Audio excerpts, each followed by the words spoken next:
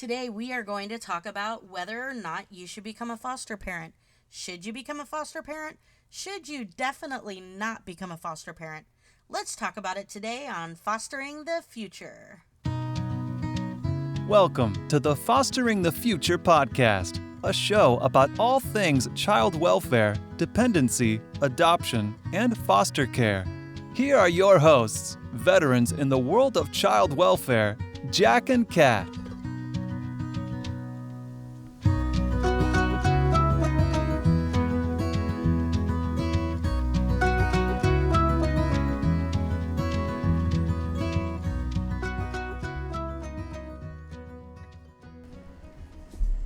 We believe that every human has incredible and equal value regardless of what side of the courtroom we sit on. We hope that everyone feels welcome and accepted here on Fostering the Future.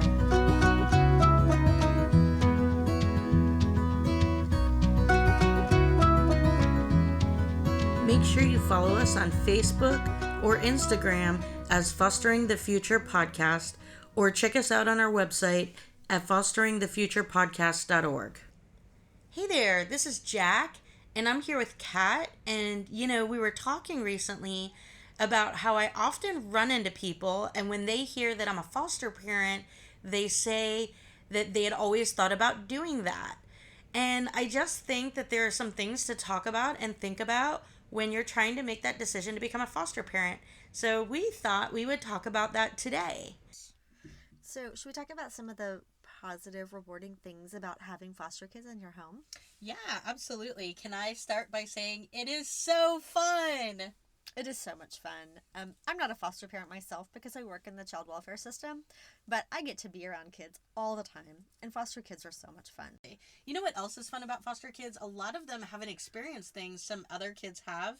So getting to experience that with them is so cool. And it's like going to Disney World with them sometimes, just bringing them to certain stores or my girl's mom is maybe a little annoyed that I got them hooked on Starbucks because she's like, Kim, they're killing my wallet. Every time they come home, they want Starbucks. But, the first time I took them, they were so excited. That is so funny. Well, and I have biological children, and they have gotten more wonderful experiences out of being around foster kids, things that I never could have given them. Organically, they've gotten experience with infants and infant care, and they've gotten experience with race relations that I never could have given them. I mean, they are strong advocates for Black Lives Matter, and these are things I never could have given them as a Caucasian person who can just talk to them, Right. They're fierce advocates for smaller people, and oh my gosh, they love your children, all of them, that come through. I mean, sometimes there are some issues, but oh my gosh, they love a baby. Yeah. Oh my gosh, they love a baby. Any baby. Yeah. And you've got success stories, and I love this because all people developmentally, when they get to the end of their life, they're always looking back, thinking, "What have I done? What have I done to help the world? What have I done to help someone else? Can I look back and find anything that I have done to make a difference?" And you're going to be able to look back and say, I have done so much to make a difference in this world. I mean, I hope so. But, I think that the cool thing is you get so much out of it, too. Whatever we're doing, we get so much enjoyment out of that. But, seeing success stories, that is definitely one of the biggest positives about being a foster parent, because they may be few and far between, but when people radically change their lives and change the whole course of I'm not going to do drugs anymore. I've been clean for this many years now. I've changed the way I parent. Their kids are going to have kids that aren't going to experience the same thing, because one of the things we see so much in the foster care system is the repetition of mistakes that their parents made. Yeah. So most of my kids' parents were in foster care when they were little, and they were abused, and their parents were abused, and there's this vicious cycle. So when you actually see a success story where people actually change it, because sometimes kids get reunified and there aren't as many changes, but when you actually see the big changes, and that's that's like for years and generations to come it's gonna make a difference. It changes the entire trajectory. Right. Like right. the whole, and you know, when you see, like, I screw up all the time. Oh, All yeah, the time. me We too. all do. But if you can say, I screwed up, I hurt my child. And I do Right. too. Yeah, I make mistakes. We all screw up our kids. Yes, we do. equally. My kids, Maybe not equally, but yeah, almost. my kids will grow up and they'll be like, oh, why did my mom do this to me? Or can you Right. believe my mom did that? Or whatever. I can't believe my mom threw me in the deep end to teach me how to swim. I know. Seriously. However, when a parent can say, I screwed up, my kid suffered because of what I did. Mhm. I will never do that again, and this is how I've changed my life to make sure I never do that again. I think we've all had these experiences where we're like, oh my gosh, I can't believe I did X, Y, and Z. I don't ever want to hurt my child in that way again. Sometimes on a small scale, sometimes on a large scale, but when you see someone do that and then make the changes, it's incredible. Amazing. And then to know that the trajectory of their life will be so different. Right, right. And their kids' life and their grandkids' life and their Yeah. great-grandkids' life, that's huge. So being able to like you read about these stories about things that happen to kids in the news, but being actually part of helping the kids and sometimes even helping the parents fix stuff is like the best, hands down, absolute best part of foster care. I love that I have grown my family through foster care. Like, my kids are my world, but seeing families change is, it just blows everything out of the water. Yeah, I mean, I've never done it, but I absolutely love your kids. But I also absolutely love your kids that are being reunified too. Although we're going to be devastated when they go home because my daughter those are some of her best friends in the whole world. Yeah. But we're so happy for them. Absolutely. One of the other things is you get to help, which is kind of part of success stories. You get to see the success story, but you also get to help with a success story. I think this is important too because there is no difference between myself and someone who is in that situation, except I didn't get caught Right. doing something that I I shouldn't feel have like been doing. we all Or- make bad choices. So a lot of people have tried drugs in their life, Uh-huh. but some people, they try it once and they get addicted. Exactly. Or just stuff like that. Like, I'm so glad that I never got tempted or was around people that did Right. certain drugs, that I never got hooked on anything and really never really did anything. Exactly. Like I had, I have my own trauma, but I didn't have the addictive features that caused me to immediately become addicted to something. Right. That caused me to get my kids taken away. Right. But I am no different Oh, 100%. from a person who did. It's really just like by circumstance or luck Right. or genetics or whatever that puts me in this position and somebody's mom in the Right. other position. Right. There's so many factors. We were lucky. Yeah, absolutely. And so, and we had, I personally think that, I had a lot of help and a lot of assistance growing up, and especially my early, and it's so nice to be able to help in return. Right. So, I think a big positive for being a foster parent is getting to help with those success stories. And, sometimes you do get to adopt. Like, sometimes, and what I always tell people when they're talking about adopting from foster care is that, obviously it's not, the goal of foster care is not to have these kids adopted, it's to return them to their families once that can be done safely. However, there are children who do end up needing to be adopted. And at least in my case, like when I met my kid, like my first son that I adopted through foster care, actually, he wasn't adopted first, but he was the first one that came to me. Mhm. When they put this baby in my hands, it was like, I knew right away he was my kid. And I know you remember, I would tell people all the time, if they try to take this kid from me, I'm going to have to run to Canada because he's my kid and I would die. I wouldn't be able to breathe if I didn't have him. It was like a crisis. Yeah, it was. It was a crisis until they finalized. Yeah, and that took way too long. But It was ridiculous. I mean, I think that was just like one of those situations where it was like, it was meant to be. And, yeah. I knew he was my kid. So obviously the goal was to reunify him with his family, but that clearly wasn't something that could happen safely. anytime in the near future. So, we were able to adopt him. And so him, along with, his brother and sister, his now brother and sister, have brought us to a family of 6 permanently. And so that obviously is one of the hugest blessings for my family from being foster parents is like, without being foster parents, I wouldn't have my little boy and my other little boy and my little girl. And I'm very thankful for that. And they are just like total delights. I mean, they're kind of amazing. They really are. Each in their own individual and unique ways. Seeing the transformation is really rewarding. Watching kids grow and change is so rewarding. Yeah, I think when kids first come to your house, obviously you have that period where it's like they're just terrified and you're not really seeing who they really are yet. But then when you see who they are, and, a lot of them do have a lot of trauma and struggles and stuff like that. And then because, even outside of like medical intervention and therapy and stuff like that, just being in a normal, safe home with parents who are loving on them, that in and of itself makes huge changes in these kids.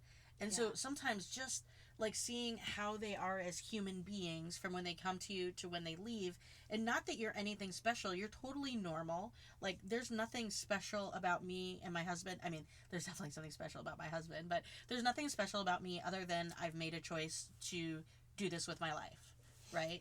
To parent other people's kids.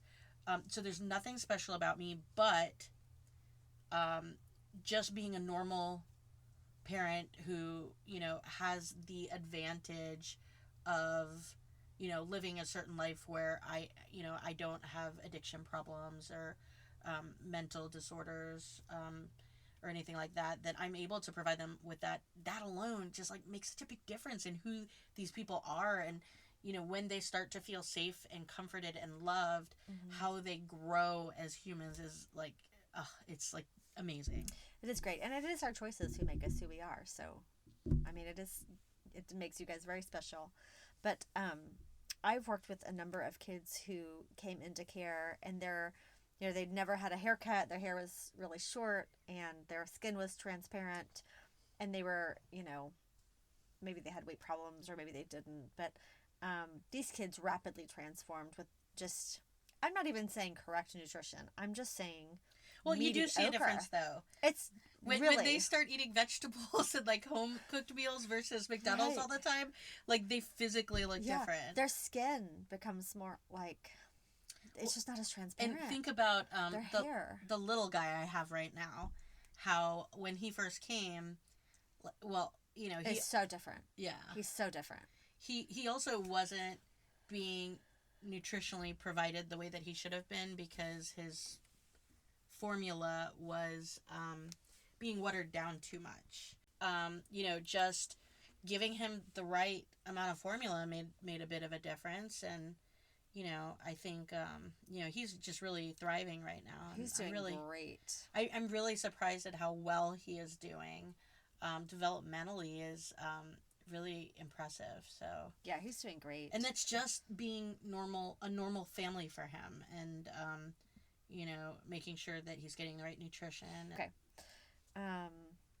So do you think that since we're talking about some of these positive parts of being a foster parent, we should talk about some of the things that the foster parents I talked to this week said was the best part of being foster parents? I do. Okay. So one mom answered that the best part of fostering is getting to love our babies. It's like we won the lottery. Aww. Yeah. So this parent said seeing parents succeed, watching reunification happen, and the love that they have for their kids and the effort that they put in to get them back is commendable. Being part of the support system is an honor. And I would say, because there's so much they have to do. Like, watching this mom that's about to get her girls back that have been living in my house, she has to go to meetings all the time. Like, she has to go to all these group meetings and individual meetings. She has to do all these therapies. It's a lot of work. So I would definitely agree with that. So this mom said the best part of fostering is seeing the restoration, the restored hearts when a mom is able to conquer her addictions. when a child is able to move through their trauma and a little bit of healing happens with each passing day. So seeing the restoration of lives and family and trust when a child learns that they can trust us and feel safe with us. And the restoration of our own hearts when we feel a loss for each child that leaves. But she said the best part of fostering is the relationships we build with like-minded people. So I would agree that the relationships with other foster parents is a huge plus. Loving all of my littles, watching kids grow and thrive, making a difference in a child's life and changing their trajectory, it's priceless. That's some of the positives that the foster parents I talked to this week had to say. Those are great. Yeah. Do you want to talk about some of the cons of becoming a Yeah, foster let's do parent? it. I feel like we kind of did that at the beginning, but let's We did kind a little of bit. review some of that stuff. So people do have a lot of negative things to say about foster parenting, which really does not make doesn't make the problem go away. There's still just as many kids in foster care, but we'll talk about them anyway. So people don't really understand foster care, and they have a lot of judgment. But you get people who think that, oh, if you're a foster parent, you're just doing it for money, and it's like, oh my gosh, if you only knew, like, or that like I don't love them like my other kids, or don't take care of them like my other kids, or being a foster family, generally you're larger, so when you go places you get a lot of looks. So I definitely think you have to have tough enough skin to handle people looking at you funny. I've had some foster parents who are people of color, and they have white foster kids, and they've gotten some comments like, whose baby is that? Yeah, actually, I saw something this week on the boards where a black foster dad went to either drop off or pick up his white teenage foster daughter from school, and had like a number of people come out and like question him, like he was, what was he doing here with this like little white girl? And so yeah, I definitely think, you have to have tough enough skin to put up with some of that. And Wow. if your focus is on the kids, that after we adopted my oldest son, people would ask me sometimes, like, if we get looks and stuff like that because of the difference of our skin color. And I always said, no, I don't ever see any of that. And then there were times where people were like, you didn't see this person in a store looking at you guys. But I'm just so... like, I always assumed it was because he's such a cute kid, or they're just like, they're just looking at him because he's so cute. Yeah. And I guess sometimes that wasn't always the case, but my focus was so much on him that I wasn't really worried about what other people. And I could be wrong, but I do think it might happen more often with people of color, because I work with a lot of different foster parents, and I've only heard it from, specific ones. Yeah. I definitely think that's, Probably happens more. yeah, Yeah. absolutely. Which is not okay. Dealing with the system is really difficult. I mean, my goodness. I've worked with some situations where judges have made some calls that were really painful to Yeah. follow through. And if you don't follow through, then you're in contempt of court. Right. Yeah, I definitely think, most people don't stop becoming foster parents because of the kids. Most people stop being foster parents because they just get so annoyed at the system, frustrated with the decisions that are made for kids. The system's not perfect, but it's what we have. So, the way I look at it is, the system's going to be the system whether I'm involved or not. But if I'm involved, then maybe I can be helpful to the child. Right. So, Right. The kids will always be there, yeah. whether we're there or not. The kids will always be there. People will have some bad stories to share always. Mm-hmm. That can be difficult to hear. Yeah. So one of the things that we should consider when becoming a foster parent is secondary trauma. Mm-hmm. So the kids coming into your home, they have trauma, and you just being exposed to their trauma is going to give you trauma. Mm-hmm. So that secondary trauma, and that's why it's really important for foster parents to, keep in check with their own emotional health, and make sure that you know, when they're struggling with dealing with all that trauma, because it's like, I mean, I always think like think about a police officer, the stuff they see in their life. I can't imagine being a police officer and having to have those pictures in your head all the time. Like, I know. it's the hardest part of society that they're dealing with. I know. So it's not quite that bad. Like, we're not going into crime scenes and stuff like that. But having the children in your house that have experienced what they've experienced, it's really hard sometimes on your heart. I know, you know, in my experience, one of the hardest things that I've ever dealt with in my life was this little boy came to my house, and he might be the only one that I've had that had serious physical abuse. And the first day that he came to my house, I was giving him a bath, and he was covered head to toe in bruises. And I had been told that he had maybe been physically abused, but until you see it with your own eyes, I can't, like, he had like finger marks around his neck where he had been choked, and just head to toe. Like, this child, like, the first night he was there, he dropped a cup and he covered his face real quick like we were going to hit him. And the minute I saw that, I was like, okay.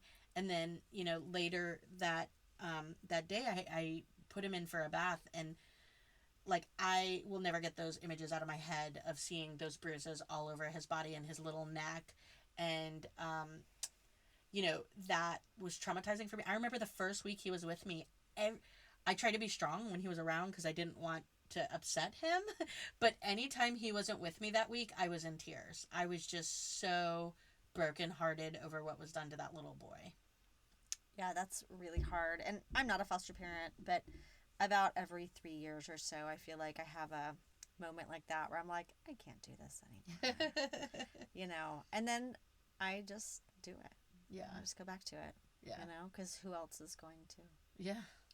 You know. Well, and we need therapists. We need trauma informed therapists. So I'm glad that you don't go. So another negative about being a foster parent is when they leave. Yeah. That can be hard. Like, what I always try and do is just like focus on the positive. Like, hey, this family's getting reunified. Like, hey, but one of the things that, you know, is to consider is that sometimes it's not as sad when they leave, because some of these kids are really challenging, and as much as you're gonna miss them, I mean, to be perfectly honest, it might sound terrible, but sometimes it's a little bit of a relief when they get reunified, because, you know, it was difficult and challenging. And not that you don't love them and want the best for them, but that, you know, sometimes it's a little bit of a relief when they go home. So yeah, not every child is for everybody. Not every not every child's a match, you know? yeah, Like, I want to help everybody, but there are some kids that, you know, are not my favorite kids, and I do everything I can to help them, but you know, I can imagine that if they were in my home, then, you know, I would do my best for them. But then there are some kids that you know, I absolutely could raise forever and love forever, and so I would imagine that's probably the same for foster parents. yeah. And I would say that this con can be avoided a little bit, because if you create a relationship with their parents, then maybe when they leave, it's not like a goodbye. It's like, hey, I'll see you in a week. I know my girls that were reunified and had come back, you know, while they were reunified, we saw them all the time. You know, we went to their birthday parties, they came to ours. You know, they would come over and stay for the weekend when their mom just needed like a little bit of a break.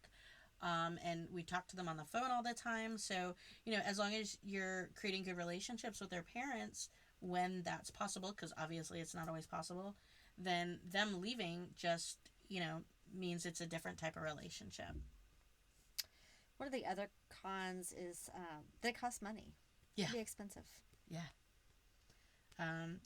So, you know, when we talked about that before, depending on where you live, in some states, like, I hear what their stipend is, and I'm like, holy cow, like, that kid could be spoiled rotten.